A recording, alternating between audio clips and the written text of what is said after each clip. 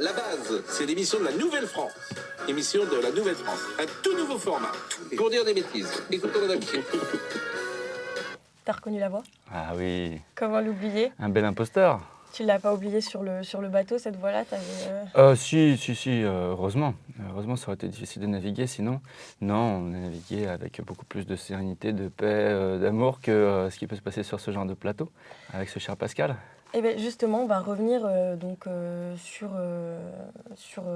l'épisode de la flottille ensemble, parce que tu faisais partie des membres de l'équipage de la flottille de la Liberté. Alors, est-ce que déjà, tu peux nous en dire plus?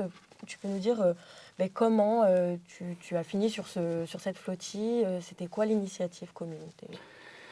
Et bien, comment j'ai fini dessus? En fait, en gros, ça faisait un moment que j'étais triste de ce qui se passait, que j'étais déchiré et plus ça allait et moins j'avais d'envie de vivre, voilà, tout simplement. Je me disais, mais qu'est-ce que c'est que cette vie de merde?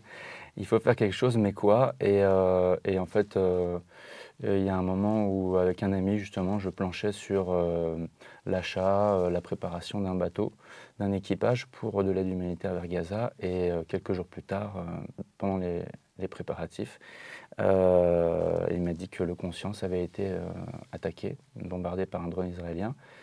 Et donc là, ça m'a fait vriller et j'ai pris mon ciré, ma veste de quart, mes jumelles et je suis parti du coup à Malte pour essayer de venir en aide à ce bateau et rencontrer ces gens qui étaient déjà dans ce genre d'engagement pacifique et humain. Ok, oui, parce qu'en fait, toi, tu es un militant de longue date, un militant... ce que j'ai pu lire de toi, c'est qu'on te qualifie comme un militant écologiste. Est-ce que c'est le cas? Mais bon, oui, j'étais beaucoup sur l'aspect environnemental, tout à fait. Notamment sur la 69, dans le Tarn-Haute-Garonne, on a beaucoup grimpé avec mes amis dans les arbres. On a été notamment une fois assiégés pendant 39 jours, privés de nourriture, privés de soins médicaux. Et donc c'est par là que je suis arrivé sur le registre plus humain et par là que j'ai compris que tout était lié et que en fait si on ne se consacrait pas d'abord au respect des droits humains, à la justice à la justice globalement qui protège nos vies, on ne peut pas protéger notre environnement en fait. C'est la base. La dignité des hommes et puis après la dignité des êtres vivants. Donc combattre le racisme, tout type de discrimination, tout ça c'est capital si on veut un monde juste et harmonieux. Donc du coup là tu nous expliquais le cheminement militant, politique que tu as fait pour du coup t'engager sur cette initiative. D'abord je vais te faire écouter ce que les médias français en ont dit, c'est très court je te rassure, et puis les gens qui sont sur ce live n'accordent depuis un bout de temps plus de crédit à ces médias-là, mais comme ça va nous permettre de rebondir. Ouais. La croisière ne s'amuse plus, tout simplement. Le spectacle est terminé. Ce n'est pas la croisière s'amuse, non, c'est la croisière qui ne nous amuse pas. Cette croisière qui, amuse ou exaspère, c'est au choix. C'est une croisière moderne, naturellement. C'est la croisière des selfies. Ça a été désigné ainsi. J'ai vu ça sur les réseaux sociaux. C'est assez bien vu. Oui, c'est une opération de communication. Bon, c'était des séquences Instagram avec des influenceuses très maquillées, très joyeuses, qui vous expliquent à porter pour 30 jours de couche pour quelques familles palestiniennes. Est-ce que peut-être, déjà, tu peux nous expliquer comment était constitué justement cet équipage, qui en étaient les membres pour nous présenter cette caricature? Bien sûr, il y avait, on était 3 skippers, dont un capitaine, Marc, Marc hollandais, Pascal, qui est français et qui nous aide dans cette mission, moi-même. Et il y avait ensuite les participants, dont Rima, bien sûr, Rima Hassan. Et Greta Thunberg, avec également des personnes qui étaient, toutes étaient militantes, mais qui étaient plutôt engagées, pour certaines pour l'environnement, pour d'autres pour les droits humains. Toutes ces personnes étaient évidemment pacifiques et on était unis simplement pour faire respecter les droits humains de façon non violente. Après, le reste, bien sûr, c'était une opération de communication aussi, parce que l'idée c'était de communiquer pour nous mettre en sécurité. Et visibiliser aussi le Et génocide. évidemment, évidemment. Mais communiquer pour sensibiliser sur le génocide et alerter sur le fait que c'est toujours en cours, qu'il y a toujours un blocus et qu'il faut toujours faire notre maximum tous et toutes pour briser ce blocus parce qu'il ne respecte rien de la dignité humaine ni de la justice, en fait, du droit. Sur justement cette flottille, là tu disais qu'il fallait visibiliser l'action également pour votre sécurité. Donc on a vu que ça a été plus que nécessaire, puisqu'il y a eu l'épisode de l'arrestation. Alors est-ce que tu peux nous expliquer comment ça s'est passé cette nuit-là? Bien sûr, justement je rappelle aussi que dans nos objectifs, évidemment, c'était amener de l'aide humanitaire, mais c'était aussi amener, quoi qu'il arrive, de l'espoir à Gaza et leur montrer qu'ils n'étaient pas seuls. Ça, c'est quand même la base de notre action. Alors, l'arrestation, comment ça s'est passé? Je pense qu'on s'était tous préparés à quelque chose de beaucoup plus violent. On avait fait des simulations, on avait vu ce qui s'était passé sur les précédentes expéditions et il est arrivé que ce soit très violent. Il y a notamment un épisode où il y a eu 9 morts. Donc voilà, on s'était préparé à tout ça et on a dans la nuit, donc je ne sais plus, la nuit de lundi dernier, de dimanche à lundi, je crois qu'on était le 9 si je ne dis pas de bêtises, on a eu comme d'habitude les drones qui sont arrivés, à l'exception près qu'il n'y avait pas un drone, qu'il y en avait 3-4 et qu'il y en a un qui était très puissant, qui avait une lumière très puissante qui n'a fait que de se rapprocher de nous, d'arriver à un tout petit mètre au-dessus du mât et clairement un drone de cette puissance, ça veut dire que ça porte quelque chose. On se demandait quoi, donc on s'est dit qu'il allait nous lâcher une bombe, peut-être nous brûler. Et en fait, il a déversé une quantité incroyable de peinture sur le bateau, sur nous, qu'on était complètement repeints.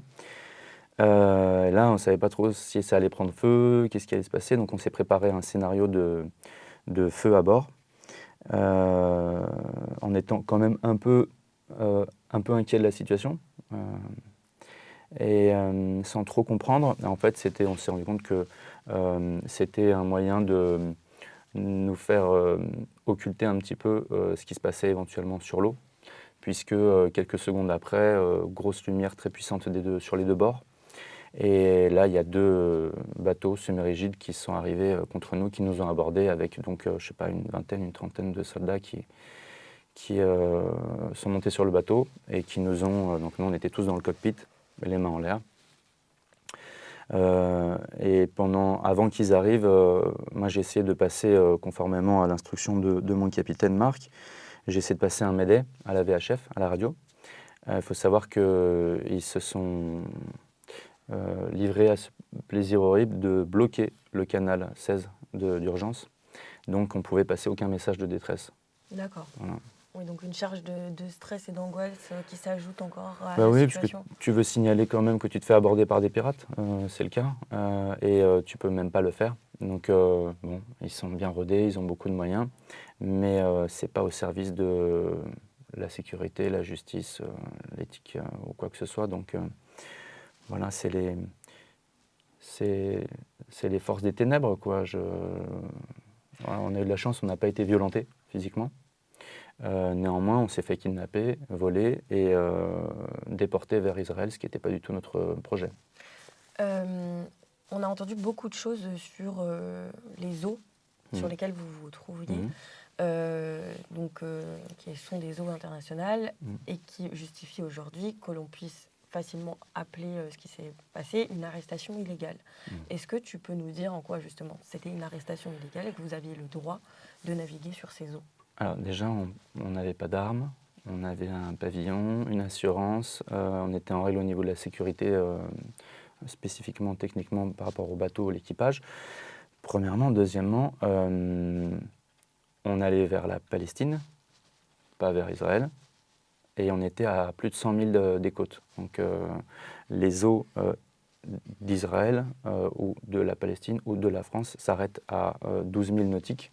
Après, il y a 12 000 supplémentaires pour les eaux continentales, mais là, on était à 100 000 nautiques. Donc, en fait, Israël n'a rien à faire à cet endroit-là, à ce moment-là. c'est suivi donc suite à cette arrestation illégale où il y a eu un épisode de détention illégale. Est-ce que tu peux nous en faire le récit? Comment ça s'est passé? Ouais, alors quand on est arrivé, énorme dispositif déjà, il y avait sur l'arrestation, il y avait une dizaine de bateaux, donc, dont quelques bateaux qui avaient une assez grosse taille. Donc c'est assez, peut-être, ça paraît intimidant, ça nous a fait ni chaud ni froid, mais on se dit que c'est quand même des moyens incroyables qui sont déployés pour nous empêcher de remplir la mission qui est celle de nos gouvernements et qui ne prennent pas à leur charge et qui ne supportent pas. Donc, ça paraît un peu fou comme moyen mis en place pour nous arrêter, alors qu'on a juste des sacs de riz, des béquilles, du matériel médical, de la farine. Et après, quand on est arrivé, on nous a mis une pression énorme pour signer un papier qui, en fait, nous faisait reconnaître qu'on était entré de façon illégale dans les eaux israéliennes. Donc là, pour nous tous et toutes, c'était impensable, puisque c'était un mensonge. Et accepter ça, c'est accepter qu'Israël fasse régner la terreur et gère le monde partout, en tout lieu. Il me semble, d'une interdiction De 100 ans, exactement. On n'avait pas le droit pendant 100 ans de mettre les pieds en Israël. Donc on n'a pas eu besoin de trop se concerter. Ça s'est fait un peu tout seul. Il y en a 3 qui ont décidé de signer ce papier pour pouvoir ramener justement le témoignage, être sûr qu'au moins ça se soit ramené en Europe. Donc Greta, Baptiste le médecin et Sergio, espagnol, le mécano, l'ingénieur, pardon. Les 3 là ont décidé de rentrer pour pouvoir justement répandre le message, sonner l'alerte. Et nous, on a préféré aller en détention et être dans quelque chose de juste. Et donc ça a impliqué évidemment d'aller en cellule, en centre de détention, où Rima et Yasmine étaient d'un côté. On n'a pas eu vraiment de nouvelles pendant quelques jours ensuite. Et moi, j'étais avec mes camarades en prison. On avait 30-45 minutes en fin de journée, soleil couchant, pour aller dans une petite cour minuscule bétonnée. Il y avait plein de punaises de lit, de puces, d'insectes. J'ai eu de la chance, je ne me suis pas fait piquer, mais mes amis se sont fait défoncer. Et ils nous ont sapé le moral, le sommeil. Ils essayaient de faire en sorte qu'on ne puisse pas dormir. À chaque fois qu'on commençait à être tous allongés, ils arrivaient, ils faisaient un C'est une forme de torture Tout à fait, psychologique. c'est reconnu comme tel, exactement. Donc ça n'a pas été simple, mais encore une fois, c'est absolument rien à côté de ce que vit le peuple palestinien tous les jours. Et je rajouterai également le Liban et les pays voisins qui se font terroriser par Israël. Du coup, comment, toi, s'est passée ta sortie? Bien, dans la mesure où ça s'est enchaîné relativement vite. Maintenant, ça n'a pas été simple de laisser derrière nous nos amis. Je ne te cache pas que moi, je voulais absolument, et c'était un peu prévu comme ça, qu'on parte tous ensemble. Et on a après chacun des rôles et il fallait qu'on se range à l'avis de Thiago, qui est membre du comité de gestion de la Freedom Flotilla. Et il a dit c'est bon, j'ai vu les billets d'avion, on ne pouvait pas partir ensemble, mais c'est bon, ils partent demain, c'est sûr. Donc on l'a suivi. Et derrière, de se rendre compte que les amis finalement n'étaient pas libérés, ça a été assez dur parce que empathie, normal. Et justement, sur le reste de l'équipage, tu peux nous donner des nouvelles sur qui est en train de sortir? Ouais, c'est merveilleux. On était tous assez inquiets parce que là, avec les bombardements, Israël n'avait pas trop de possibilités, ni l'intention même, de leur faciliter la vie. On a demandé à ce qu'ils soient envoyés vers ambassade ou autre. Ils n'ont pas voulu. Donc, je sais que c'est un mot qui est très connoté et je ne m'excuserai pas pour autant de l'employer. Ils ont représenté à un moment donné ils ont été des otages, puisqu'ils avaient une valeur et puisqu'il y avait la possibilité de les mettre en liberté, de faciliter le processus diplomatique pour leur mise en liberté, et ça n'a pas été le cas. Donc c'est qu'ils représentaient une valeur. Ça n'a évidemment, je tiens à le préciser, rien à voir avec les otages Détenus des deux détenus du côtés. 7 octobre ou d'avant ou d'après. Mais n'empêche que s'ils représentent une valeur et qu'ils sont détenus Oui, un toujours, moyen de pression. voilà, c'est un moyen de pression, donc c'est à considérer comme tel. Et donc là, très bonne nouvelle, hier, ils ont été amenés à la frontière au niveau de la Jordanie. Ça a pris un petit peu de temps. Et là, ils sont en lieu sûr, ils sont avec des amis. Et ils arrivent du coup mercredi soir, demain soir. Et notamment, alors je ne vais pas du tout écorcher son prénom, mais il me semble que c'est Yanis, Yanis, qui tout à était fait. journaliste. Ouais. En quoi Yanis a pu faire l'objet d'un traitement particulier, peut-être pas sur place, mais dans leur imaginaire à eux Ouais, alors je me tromperais sûrement, mais je dirais que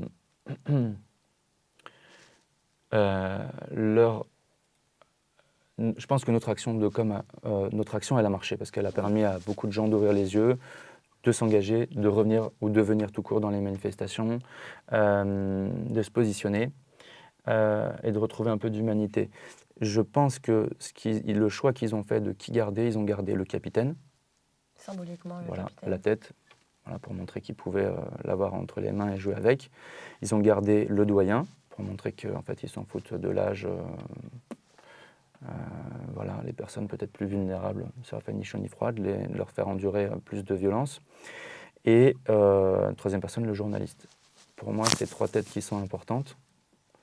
Et je pense que c'est ça qu'ils ont cherché à montrer, que en fait, liberté de la presse ou pas, ça leur faisait ni chaud ni froid. Justement, tu nous disais, place de la République, je voudrais que tu reviennes sur cette déclaration que tu as faite. Ouais. Dans les Gaules de Netanyahou, j'ai demandé à être envoyé en Palestine. Les militaires israéliens m'ont répondu que cet endroit n'existait pas. Ouais. Est-ce que tu peux... Oui, je pensais que c'était quelque chose de plus souterrain, cette volonté de détruire la Palestine. Et en fait, quand je suis arrivé là-bas, c'était quelque chose de pleinement assumé, avec dans les yeux injectés de sang tellement de violence, dans l'attitude, dans la posture, dans la gestuelle, il y a quelque chose de permanent, d'agressif. Et oui, il y a cette volonté qu'on sent, qu'on entend, qu'on constate d'éradiquer ce qui se trouve en Palestine. Donc, s'en rendre compte, c'est réaliser ce qu'est la réalité de l'idéologie sioniste.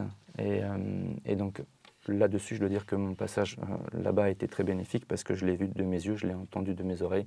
Ces gens veulent détruire toute forme de vie et s'approprier ces terres. Mais de même qu'au Liban et ailleurs, le Grand Israël, c'est un projet machiavélique qui n'est pas juif, qui est sioniste. Quand tu disais que cette opération, qui était une opération humanitaire / de communication pour visibiliser le génocide sur la bande de Gaza et sur le peuple palestinien, tu nous disais que c'était une réussite parce que ça l'a effectivement visibilisé. C'est le cas. Pour avoir été place de la République, on avait rarement vu des mobilisations de cette ampleur-là depuis des mois. Aujourd'hui, ça a embrayé le pas sur Marche for Gaza. Ça avait commencé peut-être un petit peu avant le départ de la flottille, mais là, on a vu des foules et des foules partir direction Gaza. Qu'est-ce que tu dirais, toi, justement, de ces blocus illégaux qu'on peut avoir sur les frontières et comment on peut soutenir ces initiatives? Ce que je peux dire des blocus, c'est que c'est inhumain, c'est que c'est illégal, que c'est injuste et que je le condamne fermement. Comment faire, quoi faire? Déjà, il faut faire. Il faut essayer quelque chose, même si ce n'est pas la meilleure... il faut se rapprocher petit à petit de ce qui marche et c'est qu'en essayant qu'on y arrive. Et moi, c'est comme ça notamment que je suis sorti à l'époque de mon éco-anxiété. Aujourd'hui, j'ai réussi à aussi, égoïstement, je ne sais pas, mais moi, aller un peu mieux parce que je suis dans l'action et j'essaie de faire des choses. Et je ne suis plus du coup complice. Donc, ce qu'on peut faire, c'est se rapprocher par exemple, de la Freedom Flotilla Coalition, se rapprocher de ces associations qui coordonnent les marches pour Gaza, de se rapprocher de ces associations d'aide humanitaire sur le registre plus médical, et partout, de plein de façons différentes, il y a des choses à faire. Il y en a pour tout le monde.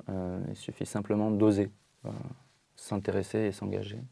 Et justement, quand tu disais que cette action-là concrète t'avait permis de ne pas te sentir complice dans un État français qui aujourd'hui se rend complice par une inaction, voire par des propos, parce que quand on soutient Israël a le droit de se défendre et que le droit de se défendre justifie un génocide, ça peut être difficile à avaler pour une grande proportion de cette population française. Vous avez fait un appel, pourtant, à Macron pour lui demander qu'il intervienne afin de sécuriser l'accès de la flottille vers Gaza, comme l'exigeait l'ONU d'ailleurs. Comment vous avez vécu cet abandon du chef de l'État français C'est irresponsable, premièrement. Deuxièmement, bien sûr, c'est indigne. Je dois dire que ça ne nous a pas étonnés. Je vais te raconter une petite anecdote. J'étais il y a un an et demi, place de la République, avec mes amis de Extinction Rébellion. Et par rapport à l'agent orange, il y avait une manifestation. On est monté du coup sur la statue. On a déployé un chasuble sur l'agent orange. Avant même qu'on le déploie, la police est arrivée, nous a dit quel est le message? Je dis mais pourquoi? Ils ont dit bah, si c'est sur la Palestine, on doit vous arrêter tout de suite. Voilà. Donc là, moi je me dis ok, il y a un problème avec la Palestine, c'est pourtant un drapeau d'un pays, c'est pas le drapeau du Hamas. Et un drapeau avait été déployé au démarrage du conflit avec la Russie et l'Ukraine, un drapeau ukrainien. Ce drapeau est resté 3 mois. La mairie de Paris s'en est saisie de ces images pour communiquer dessus, soutien à l'Ukraine. Mais pourquoi n'a-t-on pas le droit de déployer le drapeau palestinien et de soutenir un pays qui se fait exterminer? Moi, je pense qu'il y a un gros problème. De la même façon, on a Ibrahim Abdallah qui est toujours en incarcération depuis 40 ans, de façon absolument abusive, qui mérite d'être libéré. Pourquoi est-il toujours en prison de la même façon? On a l'État palestinien qui est censé être en phase d'être reconnu, selon Emmanuel Macron, qui a toutes les raisons d'être reconnu selon lui, mais dans les faits, il n'y a rien. Donc il y a quelque chose d'injuste, il y a quelque chose de dangereux, et j'avoue que de sentir encore une fois le gouvernement pas au niveau, pas à la hauteur, ben c'est consternant, c'est pas étonnant, mais c'est rageant et il faut le combattre. Dans le chat, les gens disent beaucoup, pour rebondir sur comment on l'expliquerait, sur le sujet de l'islamophobie, continuum en réalité de l'arabophobie de manière générale. À République, toi tu as déclaré, donc toujours lors d'une prise de parole place de la Rep, dans nos sociétés, nous avons laissé s'installer des modèles expansionnistes délétères fondés sur le racisme. Est-ce que tu peux revenir justement sur une fois de plus cette citation? Bien sûr, le capitalisme, c'est la domination, la soumission, le pillage, l'expropriation. Donc on a joué ce jeu-là pendant longtemps. On a d'ailleurs utilisé les religions pour s'étendre. Je dis on parce que je suis désolé, mais je suis issu de cette culture et je la rejette. Et je la condamne. Et je parle de racisme, mais de plein d'autres types de discrimination. Il n'y a pas que le racisme. Mais oui, ça a fondé notre société. C'est ça qui a fait qu'aujourd'hui, on a des super voitures avec la clim, qu'on a tous plein de bijoux avec de l'or, qu'on a des vêtements autant qu'on en veut à des prix défiant toute concurrence. Et ça, on n'ose pas le voir. Et si on le voit, on est dans une forme de de déni où on se déculpabilise, je ne sais pas de quelle façon, mais on est pleinement responsable. Il ne faut pas se responsabiliser. On est pleinement responsable de cela. Donc, il y a des modèles plus justes, il y a des modèles plus harmonieux qui existent. Et il convient, je pense, il est temps de s'en rapprocher. Peut-être pour finir ce temps d'échange avec toi, on nous a demandé dans le chat s'il y avait d'autres initiatives de prévues pour la flottille. Oui, il prépare déjà un premier bateau qui s'appelle Andala, qui devrait partir dans l'été, là. Mais il y a d'autres projets. Il faut que ça nous dépasse, en fait. C'est génial. Ça nous dépasse et je suis en train de rentrer en contact avec des gens qui organisent justement ces flottilles-là, qui vont se mettre en lien avec la Freedom Flotilla. Mais il y a la Malaisie qui a annoncé 1000 bateaux. Il y a une autre organisation. Oh, waouh! Ça fait pas mal. Ouais, c'est pas mal 1000 bateaux. Il y a une autre organisation qui en a annoncé également 1000. Je ne sais pas exactement combien de temps ça va prendre. Ce qui est sûr, c'est que Gaza n'est pas seul, que le peuple palestinien n'est pas seul, qu'on est avec eux et qu'on va tout entreprendre pour pouvoir percer ce blocus et leur amener le droit de vivre dont ils méritent, en fait. Tout à l'heure, tu me disais il faut soutenir la Freedom Flotilla Coalition. Comment concrètement on le fait? Est-ce que c'est quoi? Ils ont les réseaux sociaux déjà, relayer ce qu'ils publient évidemment. Mais évidemment, il y a possibilité de participer financièrement, mais il y a la possibilité de monter sur le bateau, il y a la possibilité d'apporter ses compétences, que ce soit sur l'aspect digital, sur l'aspect communication, sur l'aspect réseau, technique, préparation de bateau. Il y a 1000 choses à faire, mais pour cette association, mais comme pour plein d'autres. Donc aujourd'hui, je crois vraiment qu'on est à un moment de l'humanité où il faut faire des choses et pas seulement faire, il faut donner, il faut offrir, il faut être généreux, il faut être bon. En temps, ça peut être en temps, en temps, en énergie, exactement. Et se rapprocher un petit peu plus de choses vertueuses et spirituelles plutôt que de choses délétères et matérielles.